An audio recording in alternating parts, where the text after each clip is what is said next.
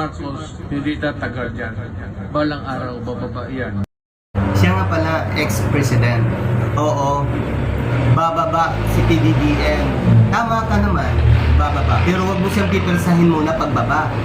Yung katulad sa iyo na walang nakisimpatiya na para bumaba ka. Walang si PBBM hindi namuno sa mga rally-rally para pababain ka.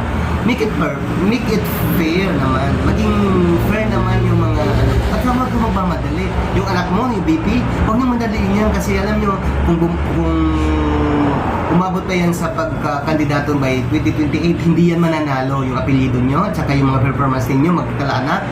Oo. Kahit sino ang magsabi, yung BP ninyo, ano namang nagawa? Kung totoo siyang BP at saka totoo siyang nasa gobyerno, tuwing yung president natin nagpupunta na ibang bansa, nagpupunta sa sarali, imbis na babantayan niya yung buong Pilipinas, kung ano ang dapat niyang gawin sa loob ng 3 araw ni PBBM sa ibang bansa, hindi na pupunta sa sarali, siya nagmamanage. Oh my God, nagmamadali. Huwag kayo magmadali kasi ilagay nyo sa butuhan. Malalaman ninyo ang mga taong totoo at may mga utak. Oo. O huwag kang mag-alala, bababayan si PBBM pagkatapos ng kanyang termino. At huwag niyong madaliin. Oo. O kung nagpresidente ka, alam niyo yun, ano? Naghintay ka at tinapos mo yung 6 na taon. Bumaba ka. Ganun yun. At saka huwag niyong madaliin at huwag niyong haharasin. Diyos ko, my God. Marami kaming mga PBBM supporters na hindi papayag na yun ang ginagawa nyo, istel nyo ngayon si Sinat, katulad ngayon sa ginawa nyo ng mga kasalanan. Kung hindi pa naman kayo mga bobo, pati pa naman yung vlogger, ano yan si Maharlika dito sa Republic of the Philippines, hindi nyo ba alam yung citizen yun?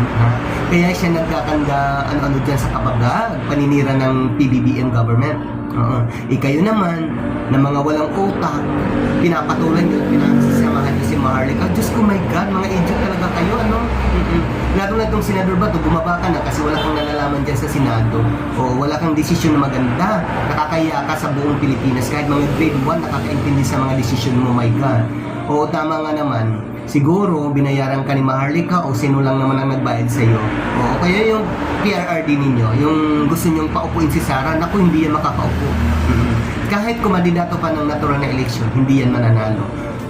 Maraming galit sa inyo mga Duterte kaya yun din dahil may karapatan ako mag-comment, mag-react sa lahat ng mga ginagawa ninyo sa ating bansang Pilipinas. Kaya ikaw matanda ka, umupo ka na lang, gumamit ka ng butaka at mag-whistle-whistle na lang at manood ng TV. Yun lang ba yan? Advice ko sa iyo. Bye. Sa totoo lang, dapat ikaw matanda ka, hindi ka na makikialam.